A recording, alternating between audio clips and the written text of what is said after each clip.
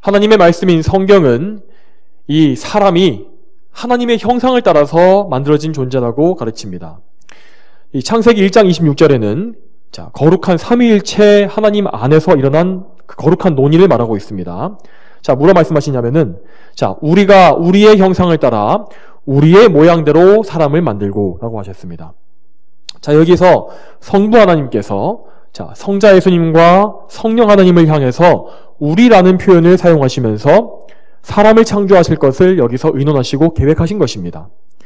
여기에서 형상, 모양이라는 표현은 이 하나님의 겉모습이 아니라 성품과 속성을 말하는 것입니다. 하나님의 내적인 그런 영이신 하나님의 속성을 말하는 것입니다. 하나님께서는 영이시고 그래서 우리가 볼 수 있는 정해진 형상, 모양이 없으시기 때문에 바로 그렇습니다. 이처럼 사람은 지극히 거룩하고 또 존귀하신 하나님의 성품과 속성을 따라서 정말로 특별하게 창조된 존재입니다. 여러분, 천사들이 우리보다 얼마나 더 탁월한 존재입니까? 그들은 정말 죄가 없고 지치지 않고 하나님을 즐겁게 섬기는 자들입니다. 하지만 그러한 거룩한 천사들조차도 하나님의 형상으로 지어졌다고 성경에서 말씀하시지 않습니다. 오직 사람만이 하나님의 형상을 담도록 창조되었고 다른 어떤 피조물과도 비교할 수 없는 정말 탁월하고 온 만물의 지배적인 위치에 세워진 것입니다.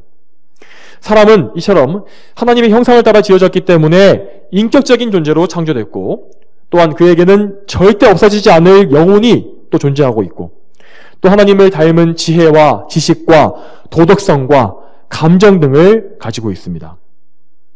또한 사람은 하나님과 정말 영이신 하나님과 친밀하게 교제할 수 있는 특권을 가진 유일한 피조물로서 이 지상에 살면서 하나님의 영광을 반사해서 드러내는 거울과 같습니다.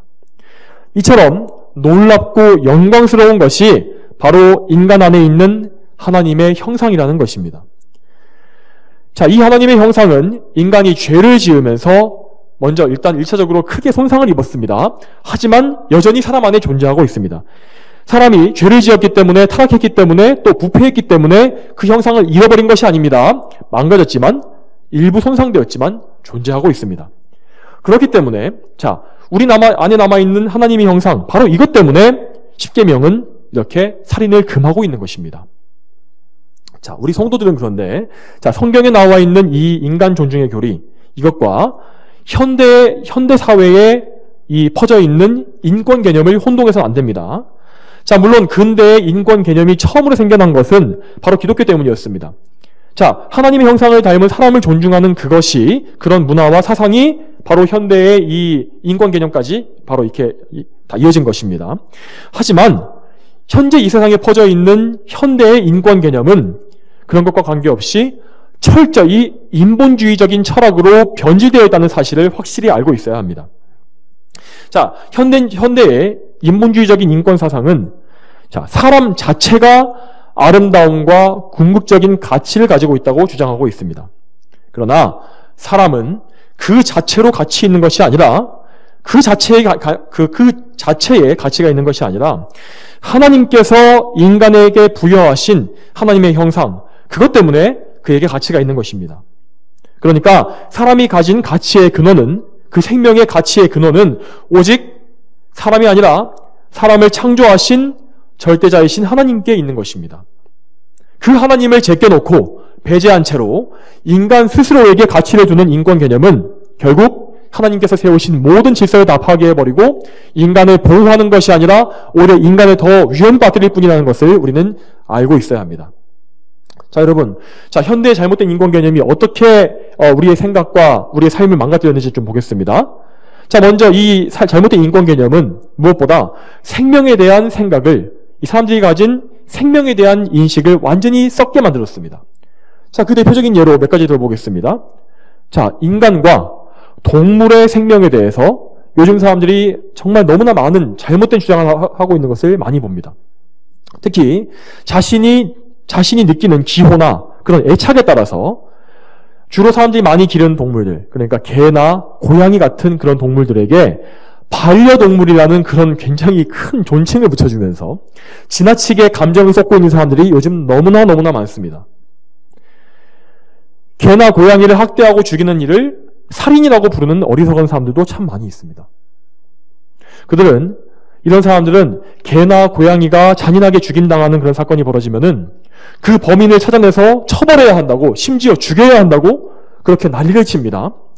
하지만 살인사건이 벌어지면, 정말 어떤 대규모 살인이 아니라, 우발적으로 한 명을 죽인 그런 사건이 벌어지면, 그런 뉴스를 보게 되면, 또 그런 일이 있었나 보다. 또 그냥 참 끔찍한 일이다. 하면서 그냥 혀를 한두 번 차고, 이렇게 혀를 차고 끝내버리고 맙니다. 개나 고양이가 사람보다 더 귀하게 여겨지고 더 큰 동정심의 대상이 되는 정말 이상한 세상이 되어버렸습니다. 여러분, 이것은 절대 정상이 아닙니다. 이런 현대성에 물들어서는 안 됩니다. 이것이 정상이 아니라고 확실하게 우리가 인식을 하고 있어야 됩니다. 얼마나 사람들의 생각이 왜곡되고 또 사악한 죄에 물들어 있는지를 여러분 잘 보시기 바랍니다. 자, 그뿐입니까? 오늘날 소위 선진국이라 부르는 그런 국가들 중에서 사형제도가 제대로 시행되고 있는 나라가 얼마나 됩니까? 하나님의 공의에 대해서 바르게 선포해야 될 기독교와 교회조차도 왜 살인자에게 회개할 권리를 박탈하면서 사형도 역시 살인이다 이렇게 말하면서 반대하고 있습니다. 그러나 창세기 9장 6절에 성경 말씀은 이렇게 분명히 말씀합니다. 누구든지 다른 사람의 피를 흘리면 다른 사람에 의하여 그의 피를 흘리게 될 것이니 하나님께서 자기 형상대로 사람을 지으셨기 때문이다. 여러분, 이 말씀은요, 모세 율법이 선포되기 1500년 전에 주어진 말씀입니다. 그러니까 신약 시대에는 이 말씀이 폐기됐다고 말할 생각은 아예 꿈에도 꾸지 마십시오. 이 말씀은 폐기된 것이 아니라 신약 성경에도 여전히 유효합니다. 하나님의 법칙입니다. 사람을 물어 죽여버린 개를 살려두고 사람을 죽인 살인자를 법적으로 살려두는 것은 사람을 자기 형상대로 지으신 하나님을 모욕하는 것입니다. 제가 왜 이렇게 설교의 시작부터 논쟁적인 주제를 던지고 시작하는 것입니까? 왜 그런지 아십니까? 저는 목회자로서 잠들어 있는 성도들과 죄인들을 깨우는 역할을 해야 되기 때문입니다.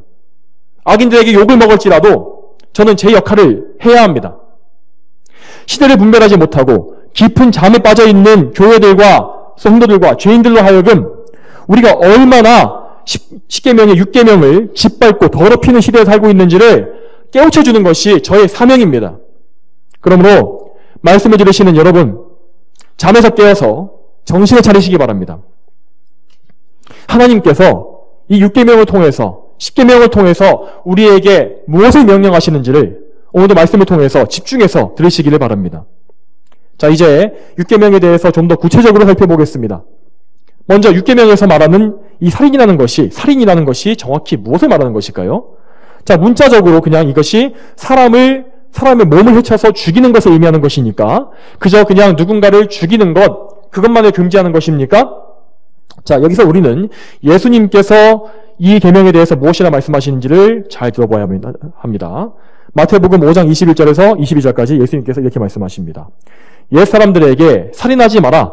살인하는 자는 누구든지 심판을 받을 것이다 라고 말해진 것을 너희가 들었으나 나는 너희에게 말하니 자기 형제에게 화내는 자는 누구든지 심판을 받게 되고 자기 형제에게 라카라고 말한 자는 누구든지 공회에 잡혀가게 되며 바보라고 말한 자는 누구든지 불타는 지옥에 던져질 것이다. 예수님께서는 이처럼 신약 성경에 이르러서 도덕법의 범위를 훨씬 더 넓게 확장시키시는 것을 볼 수 있습니다. 단지 인간의 몸에 해를 가하거나 죽이는 행위를 더 넘어서서 하나님의 형상을 닮은 이 사람을 미워하거나 모욕하거나 시기하고 질투하는 등 나쁜 마음을 가지는 일체의 모든 것이 다 하나님 앞에서는 살인죄를 범한 것으로 간주된다는 것입니다. 왜 그런 것일까요? 하나님께서는 그분 자신의 영광을 가리거나 실추시키는 것을 일체하실 수 없으며 그것을 막기 위해서 싸우시는 분이십니다. 왜냐하면 하나님의 영광이라는 것이 온 우주에 무엇보다 가장 높은 최고의 가치를 가진 일이기 때문입니다. 하나님께서는 그 최고의 가치를 가진 일을 추구하시는 것입니다. 다시 한번 말하지만 사람은 하나님의 형상대로 창조되었고 그 안에 하나님의 영광이 담겨있는 존재입니다. 따라서 하나님은 자신의 인격적 성품을 담고 영광을 담고 있는 그 존재인 사람을 죽이거나 사람에 대해서 적대적인 마음을 가지는 모든 일을 그분 자신에 대한 자신의 영광에 대한 공격으로 간주하시는 것입니다. 또한 아무리 작은 미움일지라도 결국 그것이 커지고 더 커져서 결국에는 살인까지 가게 된다는 것을 우리가 알아야 합니다. 모든 미움과 사람에 대한 나쁜 마음, 악한 생각은 결국 그 모든 것이 살인의 씨앗이기 때문에 하나님께서는 이처럼 이 모든 것을 큰 죄로 간주하시는 것입니다. 우리가 일상적으로 남을 미워하고 분노하거나 원망하고 시기 질투하는 모든 것은 우리 자신이 어떻게 느끼든지 간에 나는 정당한데요? 이렇게 느끼든지 간에 그것과 관계없이 하나님 앞에서는 매우 큰 죄라는 사실을 우리가 명확하게 알고 있어야 한다는 것입니다. 자, 그러면 사람을 죽이거나 해치는 일, 이런 것들은 무조건 다 율계명을 어기는 일이 되는 것일까요? 우리는 성경을 통해서 사람을 죽이는 모든 일이 다 살인이 아니라는 것을 알게 됩니다. 어떤 것이 있냐면 자기 생명을 지키기 위해서 정당 방위를 하는 경우가 그렇고, 또한 전쟁 시에 적을 죽이는 것, 그리고 살인한 자를, 그런 죄인을 사형에 처하는 것, 그것을 집행하는 것 등은 살인죄에 해당하지 않습니다. 군인은 나라를 지키기 위한 정부의 권한을 위임받아서 전쟁 중에 적을 죽이는 행위를 하는 것입니다. 그러니 그것은 하나님께서 주신 정부의 권한, 하나님께서 주신 정부의 권위 안에 있는 것이기 때문에 죄가 아닌 것이죠. 또한 살인자에 대한 심판으로서 그를 처형하는 것은 하나님께서 명령하신 것이기 때문에 죄가 될 수 없습니다. 현대의 이 죄수에 대한 형벌의 개념이 형벌을 가하는 것이 아니라 처벌을 가하는 것이 아니라 교화하는 개념으로 바뀐 것은 하나님의 공의와 어긋나는 것입니다. 이건 역시 잘못된 인권의 개념에서 나온 것입니다. 물론 그 죄인들을 가르치고 바른 좋은 길로 이끄는 것 좋습니다. 하지만 그것보다 먼저 하나님의 공의가 실현되고 그 죄에 대한 처벌이 행해지는 것, 그것이 정부에게 하나님께서 주신 권위이고 의무입니다. 로마서 13장 4절에 바울 사도는 국가 통치자가 죄를 심판할 권한을 가진다는 것을 말씀하고 있습니다. 이렇게 나와 있습니다. 통치자는 너의 유익을 위하여 일하는 하나님의 일꾼이다. 그러나 네가 악한 일을 행한다면 두려워하여라. 그가 공연히 검을 가진 것이 아니니 그는 하나님의 일꾼이 되어 악을 행하는 자에게 하나님의 진노를 집행하는 자이다. 분명히 바울 사도는 여기에서 통치자가 가진 검, 사람을 죽이는 무기에 대해서 말하면서 죄인을 심판하고 그를 처형하는 것이 하나님의 진노를 집행하는 것이라고 선포하고 있습니다. 그러므로 사형제를 폐지시키거나 혹은 사형을 선고만 하고 시행하지 않는 모든 국가와 정부는 하나님의 말씀을 악독하게 반역하고 있는 것입니다. 살인 범죄자를 사형시키지 않는 것은 하나님의 공의를 파괴하는 것이고 사람을 보호하기 위해서 정부를 세우신 하나님의 그 뜻을 거역하는 것임을 알아야 합니다. 그러한 국가와 정부에 대해서 하나님은 반드시 그분의 공의를 파괴한 책임을 물으실 것이기 때문에 그런 나라와 정부는, 민족은 잘 될 일이 없습니다. 망하는 길로 반드시 가게 되어 있습니다. 이처럼 우리는 율계명이 말하는 죄의 종류와 범위에 대해서 이렇게 성경적인 이해를 가지고 있어야 합니다. 제가 그것에 대해서 말씀드린 것입니다. 여기에 덧붙여서 오늘날 이 세상에서 율계명이 짓밟히고 있는 사례를 몇 가지만 더 말씀드리겠습니다. 우리가 이것을 잘 분별해야 되기 때문입니다. 오늘날 이 세상에서 벌어지고 있는 율계명에 대해서 가장 심각한 반영이 무엇이냐고 물으신다면 저는 주저없이 낙태라고 말할 수 있습니다. 여기서 낙태는 자연적인 유산이나 이 피임 행위를 제외한 모든 인공적 방식의 태아 살해 행위를 말하는 것입니다. 현재 여러분 전 세계에서 사람들의 사망 원인 제1위가 뭔지 아십니까? 암, 교통사고, 자연사, 살인사건, 마약, 코로나, 아무것도 아닙니다. 바로 낙태가 전 세계 사망 원인 중에 단연 1위입니다. 2021년 기준으로 전 세계에서 무려 4,260만 건의 낙태가 시행됐다고 합니다. 이것은 그저 공식적인 통계이기 때문에 불법적으로 몰래 행해진 낙태를 다 더하게 되면 이것과는 정말 비교할 수도 없는 엄청난 숫자가 나올 것이 분명합니다. 아마 제 생각에 1억 명은 넘지 않을까 생각합니다. 이 정도로 낙태는 정말 어마어마한 규모로 행해지고 있습니다. 또한 전 세계적으로 페미니즘의 이 사악한 사상이 급속도로 정말 퍼져나가고 있기 때문에 앞으로 낙태는 정말 기하급수적으로 증가하게 될 것이 명백합니다. 세계 각국이 이 정부가 낙태를 합법화하고 있는 이론적인 근거는 딴 것이 없습니다.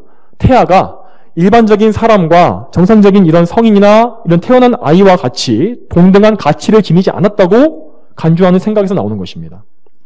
자, 보통 합법적인 낙태 기준을 우리나라도 그렇고 임신 20주 이전으로 본다고 하는데, 자, 이 말은 결국 20주차 이전의 발달 사항 정도로는 이 태아를 정상적인 생존이 가능한 인간으로 보지 않겠다는 것이죠. 그러나 이것은 전혀 성경에 근거한 것이 아닙니다. 그냥 사람의 어떤 그런 과학적인 근거, 자기 취향, 자기 생각에 맞춰서 그냥 정한 것입니다. 성경은 분명히 태아가 어머니의 자궁에서 처음 시작되는 그 순간부터 사람이라고 말씀하고 있습니다.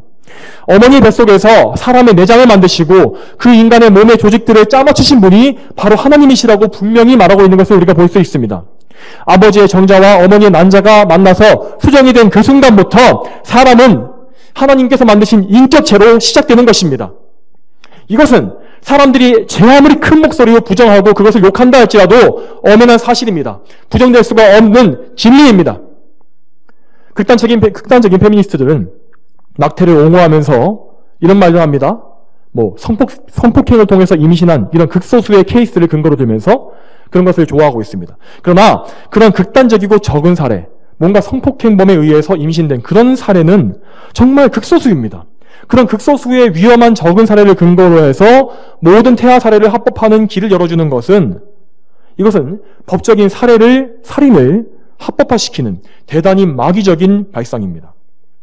또 그러한 경우가 생겼다 할지라도 잉태된 태아는 어떠한 경우에도 똑같이 하나님의 형상을 따라서 지어진 사람입니다. 출산 이후에 양육을 포기한다 할지라도 사람의 생명을 태중에서 빼앗아버릴 그런 권한은 인간에게는 없습니다. 또 장애아를 임신한 경우도 똑같습니다. 물론 장애아를 이 출산해서 길러내는 것은 정말 그것을 겪어보지 않은 사람은 도저히 알 수 없는 엄청난 고통이 따른다고 합니다. 저 역시 그것을 알 수 없기 때문에 함부로 말할 수가 없습니다. 하지만 여러분, 성경에 의해서 저는 말하겠습니다. 여러분, 장애인이 정상인과 똑같은 인격체가 아니란 말입니까? 여러분, 사고를 당해서 후천적인 장애를 가진 사람을 장애인이라는 이유 때문에 죽일 수 있겠습니까? 옛날에 그런 짓을 한 자들이 있습니다. 나치가 그랬습니다. 나치가 정말 장애인들을 그렇게 똑같이 가스실에 보내고 하면서 가치 없는 인간이라고 죽였습니다. 그런 짓을 할 수 있겠습니까? 후천적 장애인을, 성인을 죽이는 것이 금지된 일이라면 장애를 가진 태아를 죽이는 건 역시 똑같이 하나님 앞에서 범죄입니다. 고통스럽지만 이런 경우에도 하나님의 섭리에 모든 것을 맡기고 믿음으로 출산하여 기르는 것이 최선입니다. 그리고 도저히 자기가 고통스러워서 양육할 수 없다고 생각할 때에는 입양이나 다른 방법을 강구하는 것이 또 차선일 것입니다. 아직 발달이 덜 된 태아라고 해서 죽이는 것이 가능하다, 낙태시키는 것이 가능하다는 발상 자체를 아예 없애버려야 합니다. 의학적으로 가능하다고 해서, 혹은 합법적이라고 해서, 법이 허용한다고 해서 하나님 앞에 그것이 합법인 것이 아닙니다. 낙태를 고려 대상으로 여긴다는 것 자체가 하나님의 계명을 무시하고 인간의 생각과 인간의 입장을 더 앞세우는 것이라는 사실을 확실히 깨달아야 합니다. 또한 여러분, 한 가지만 더 말씀드리겠습니다. 요즘 10대에서 20대 젊은 세대의 사망 원인 1위가 바로 자살입니다. 요즘 청년들이 자조적인 농담으로 이번 생은 망했다, 이번 생은 틀려먹었다, 이런 말을 하곤 하는데 이런 것을 그냥 농담으로 가볍게 여겨서는 안 됩니다. 이런 농담이 유행하는 그런 현상은 이 사회를 지배하고 있는 세계관이 지옥과 죄에 대한 심판을 말하고 있는 기독교 세계관에서 점점 더 떠나서 윤회와 같은 악한 사탄적인 사상을 말하는 이교적인 세계관에 점점 더 가까이 가고 있다는 사실을 방증합니다. 이러한 이교적인 세계관은 사람들로 하여금 자살을 절망적인 상황과 인생의 막다른 골목의 해결 방법 중 하나로 여기게 만듭니다. 이러한 사회 분위기에 편승해서 또한 자살에 대해서 동정적인 여론을 만드는 신학자들과 목회자들도 역시 교회에 있습니다. 그들은 자살하면 지옥 간다고 말하는 것이 잔인하고 비인격적인 일이라고 말하면서 기독교에 말하는 사랑과 배치된다 말하면서 자살에 대해서 엄격히 말하는 바른 신학을 배척하고 공격합니다.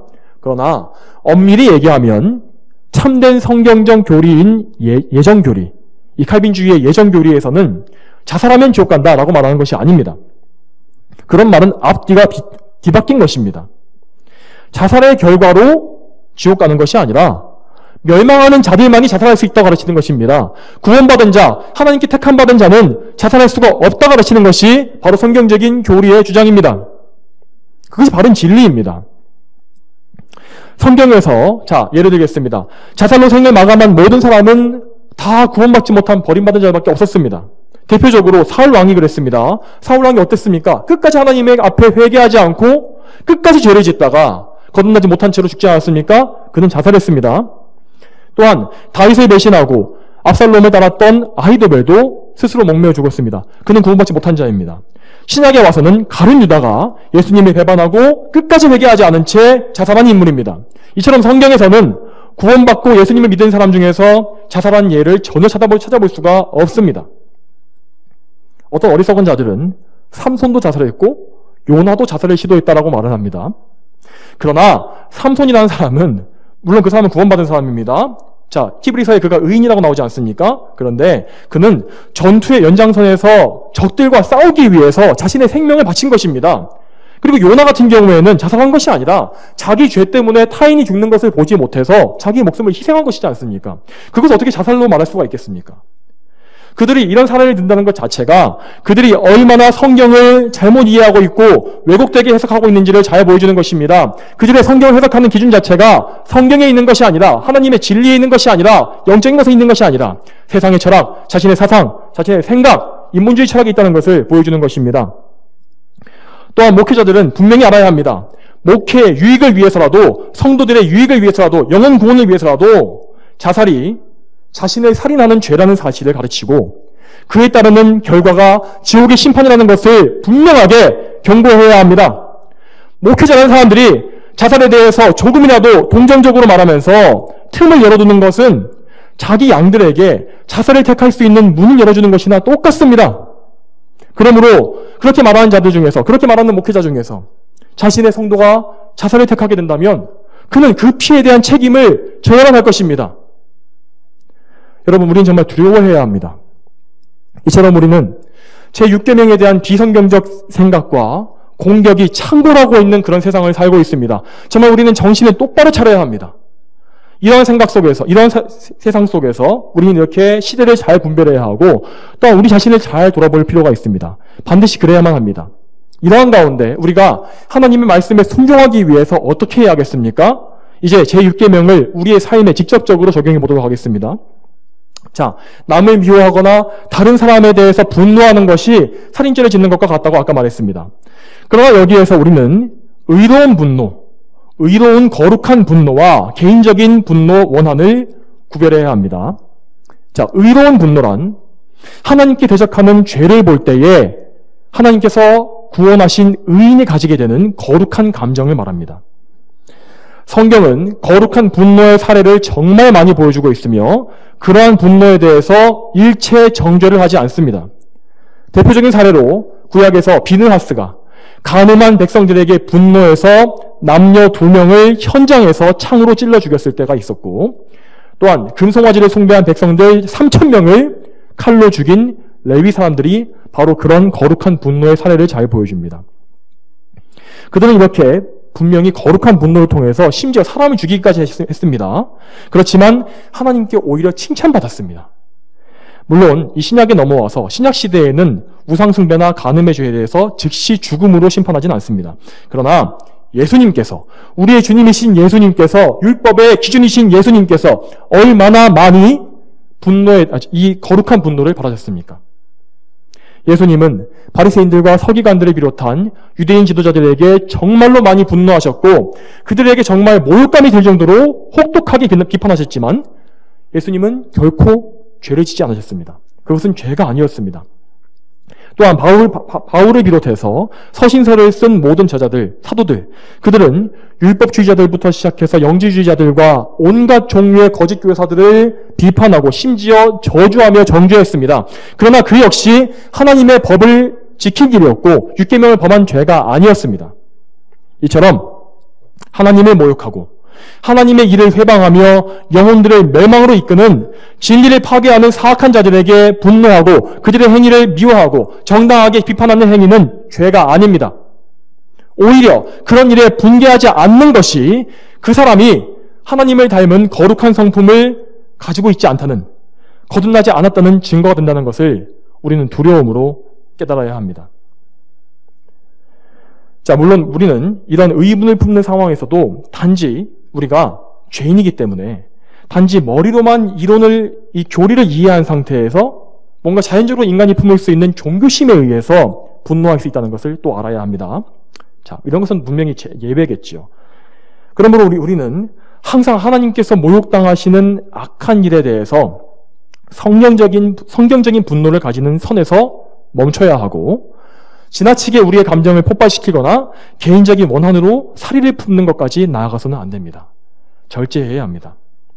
그러나 우리는 반대로 하나님의 영광과 관계없이 우리 자신에게 개인적인 손상을 입힌 사람들이나 마음에 들지 않는 사람들, 또 우리의 개인적인 원수들에 대해서는 제6계명을 어기는 일에 대해서 대단히 조심해야 합니다.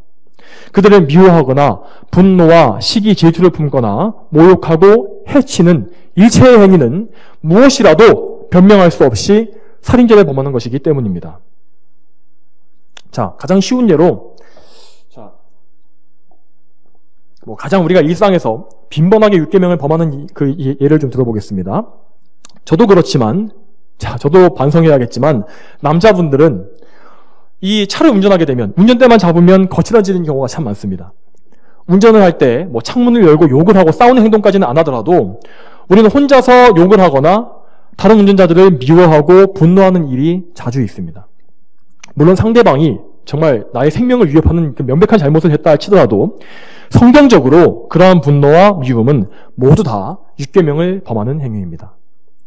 사실 운전하다가 화가 나는 이유는 내가 가고 있는 그 길에 다른 운전자가 있도록 섭리하신 하나님의 그 섭리를 원망하는 것과 똑같지 않습니까, 여러분?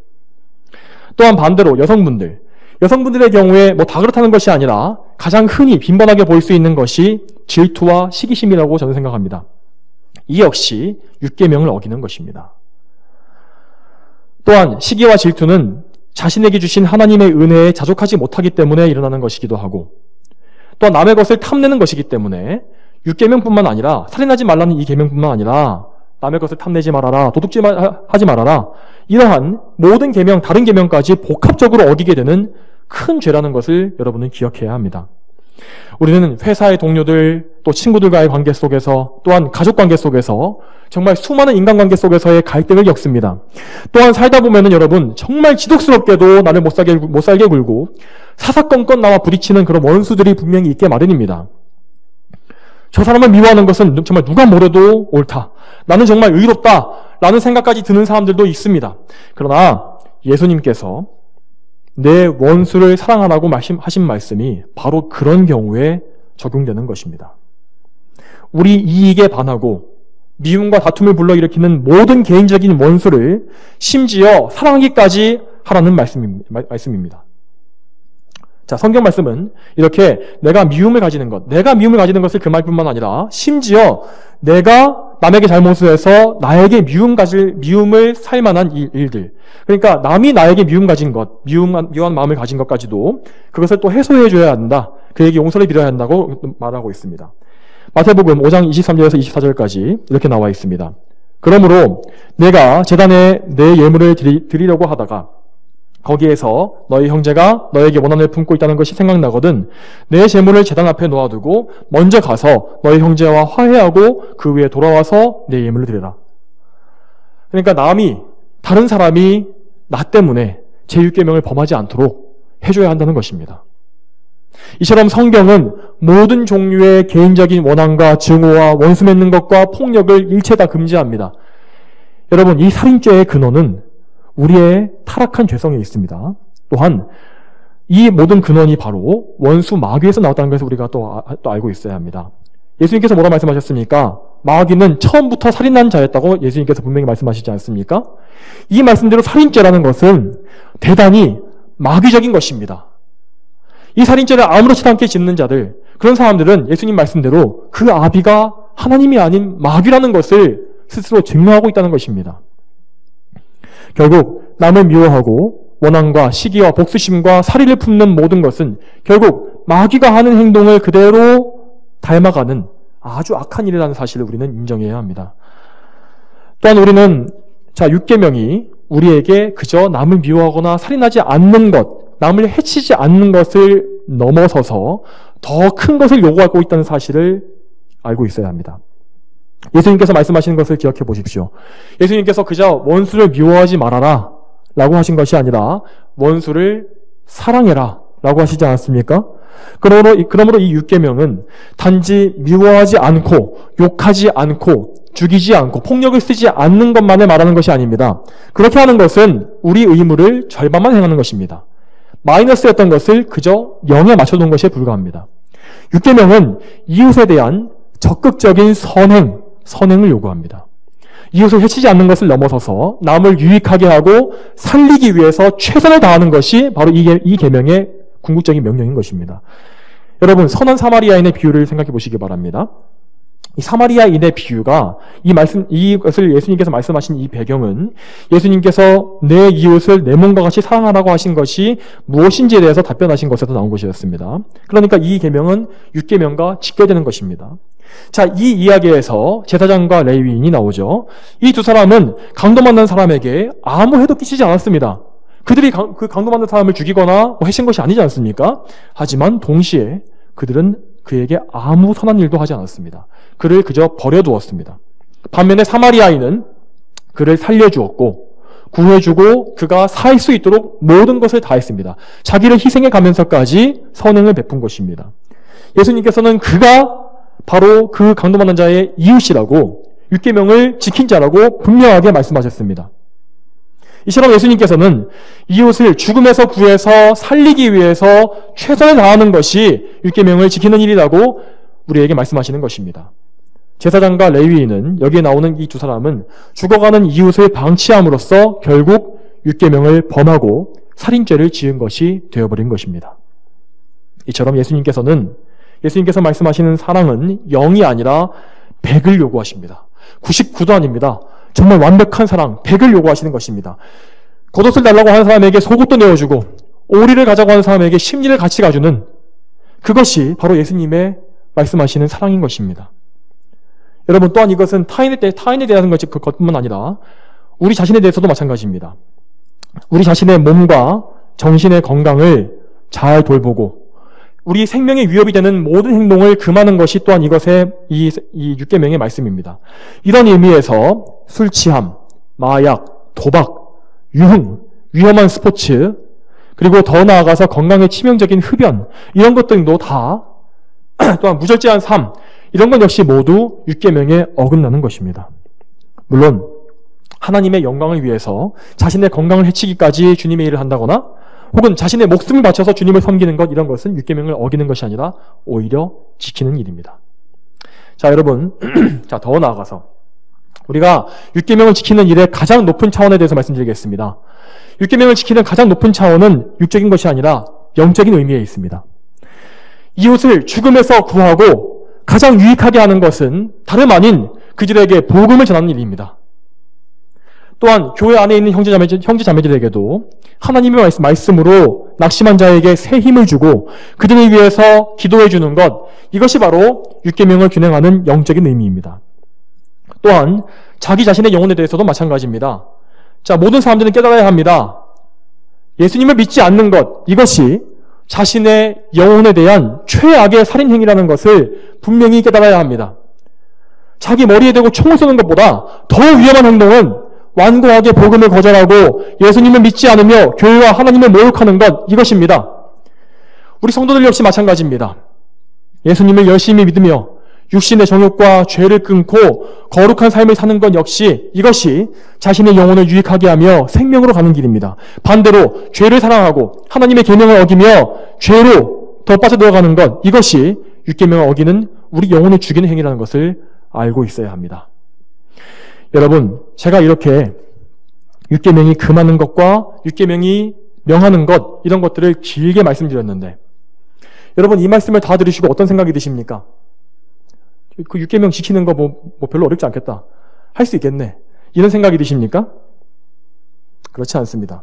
오히려 우리는 이런 말씀을 들을 때, 성경의 증거들을 들을 때 우리가 율계명을 절대로 지킬 수 없다는 것을 확실히 느껴야만 그것이 정상입니다. 우리 자신이 정말 살인한 자구나 라는 것을 뼈저리게 느껴야 한다는 것입니다. 사람이 어떻게 남을 절대 미워하지 않으며 살 수 있겠습니까? 도대체 어떻게 사람이 원수를 사랑할 수가 있습니까? 또 어떻게 모든 상황에서 모든 영혼에게 복음을 항상 전하고 영혼 살리는 일에 항상 집중할 수 있겠습니까? 또 누가 항상 자기 영혼에 유익한 일만 할 수가 있겠습니까? 죄 짓는 일이 모든 것이 다 영혼을 해치는 일인데 어떻게 죄를 짓지 않고 살 수 있습니까? 이런 의미에서 우리는 남녀노소, 빈부귀천, 직위고하를 막론하고 누구 할 것 없이 모두가 하나님 앞에서는 율계명을 범한 살인자입니다. 그러므로 여러분, 우리는 하나님 앞에 이렇게 끔찍한 죄를 저지른 흉악범이라는 사실을 진정으로 깨닫고 오늘도 하나님 앞에 굴복하며 예수님의 십자가를 바라보아야만 합니다. 예수님은 살인자들인 우리를 대신해서, 저와 여러분을 대신해서 십자가의 고난을 받으신 것입니다. 여러분, 예수님을 정죄하고 형벌을 가했던 사람들이 누구입니까? 그들이 정말 형벌을 가할 만한 자격이 있는 자들이었습니까? 아닙니다. 모두들 그들은 예수님을 미워하고 죽였던 잔인한 살인자들이었습니다. 이처럼 예수님은 우리를 위하여서 잔인한 살인자들의 손에 자신을 내어 맡기셨습니다. 또한 예수님은 살인죄로 형벌받는 죄수들, 그들 한가운데 못 박히셔서 정말 살인한 죄인들, 살인자들 중에 한 명으로 여김받았습니다. 여러분, 법정에서 인간이 생각할 수 있는 가장 끔찍한 죄가 바로 살인죄일진데 예수님께서 이렇게 살인자들 중에 한 명으로 여김받으셨다는 것이 얼마나 놀라운 일입니까? 그러나 예수님은 그렇게 수치를 당하시고 모욕당하시는 와중에도 그 수치와 모욕의 십자가 위에서도 살인자들인 우리를 용서하셨고 우리 모두를 위해서 기도해 주셨습니다. 아버지여, 저들의 죄를 사하여 주시옵소서. 저들은 자신이 하는 일을 알지 못하기 때문입니다. 우리가 죄인 되었을 때 우리가 주님을 죽이는 그 일을 했던 것을 우리가 알지 못했기 때문에 예수님은 하나님께 긍휼을 간구하신 것입니다. 우리를 용서하신 것입니다. 여러분, 대표적으로 예수님의 우편 강도가 용서받은 것을 생각해 보십시오. 그는 정말 실제로 사람을 죽이고 잡혀온 자였습니다. 성경에 그의 제목이 나오지 않습니다. 그가 무슨 죄를 지었는지 나오지는 않습니다. 하지만 살인이 포함되어 있는 흉악한 범죄가 아니고서는 절대로 십자가에 못 박히는 중형에 처해질 수가 없습니다. 그는 분명히 살인한 자였을 것입니다. 그런데도 예수님은 그가 회개했을 때, 그 흉악범이 회개했을 때 그의 죄를 용서해 주셨습니다. 그 흉악범은 정말 상한 갈대 같고 꺼져가는 등불같이 위태로운 상태에 있었습니다. 하지만 벼랑 끝에서 구원받아서 예수님과 함께 낙원에 들어갔습니다. 그러므로 저 회개한 강도는 살인죄를 범한 우리 모두를 용서하시는 예수님의 사랑에 대한 확실한 증거입니다.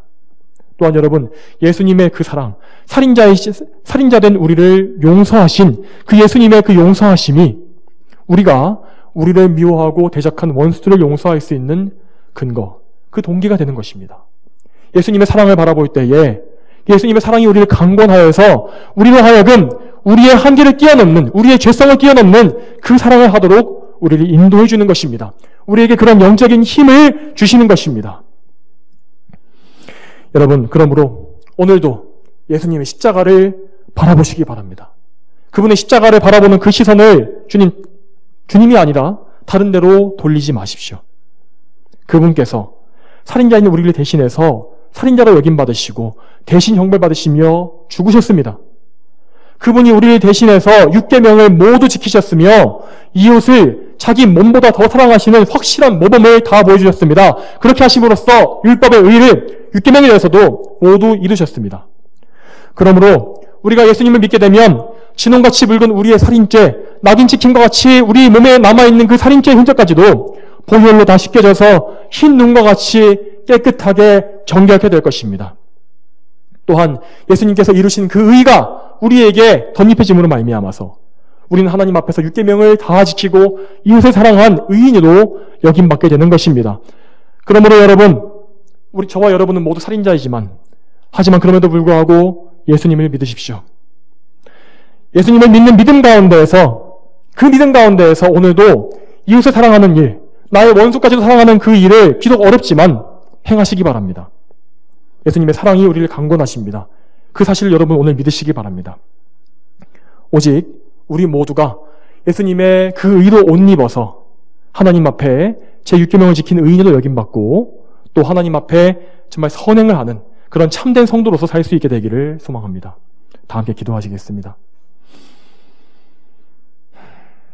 거룩하신 아버지 하나님, 오늘도 부족한 입술을 통하여서 또한 살인자인 저의 부족한 목회자의 입술을 통하여서 정말 하나님의 거룩한 말씀, 율계명에 대해서 선포하게 해주시니 참 감사드립니다.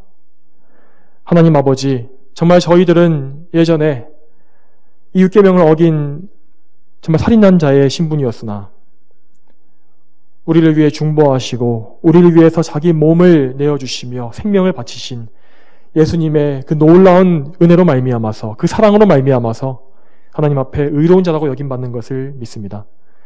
하나님 아버지, 우리는 비록 우리 힘으로 이 율계명을 절대 준수할 수가 없으며 사람을 실제로 죽이지 않는다 할지라도 마음으로 살인죄를 범하고 많은 그런 범죄를 한다는 것을 저희가 압니다. 하지만 주님, 그럼에도 불구하고 우리가 오늘도 예수님의 의를 덧입게 해주시고 그리하여서 하나님 앞에 의로운 자로 여김받게 해주시옵소서. 또한 아버지여, 정말 온전하지 못하더라도 최선을 다하여서 우리 이웃을 나의 원수까지도 정말 나의 몸같이 사랑하는 그러한 참된 성도의 삶을 살 수 있도록 인도하여 주시옵소서. 감사드리오며 예수님의 이름으로 기도 올렸습니다. 아멘.